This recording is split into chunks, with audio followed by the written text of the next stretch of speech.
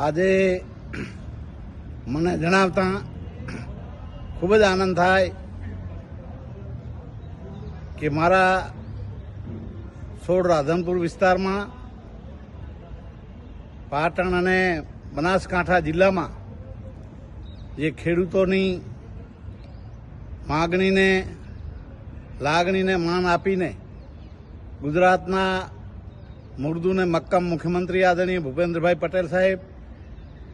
નાયબ મુખ્યમંત્રી હર્ષભાઈ સંઘવી સાહેબ, ગુજરાત વિધાનસભાના અધ્યક્ષ આદરણીય શંકરભાઈ ચૌધરી સાહેબ અને સિંચાઈ મંત્રી સાહેબે જે મારી રજૂઆતને ધ્યાનમાં રાખીને એ કેનાલના સિંચાઈના પાણી એ એપ્રિલ મહિના સુધી ચાલુ રાખવાની જે મેં માંગણી કરી અને એ માંગણીને મારી માન આપીને એ ખેડૂતોને એ સિંચાઈનો લાભ મળી રહે, ઉનાળુ પાક મળી રહે એટલા માટે એ એપ્રિલ મહિના સુધી પાણી ચાલુ રાખવા એમણે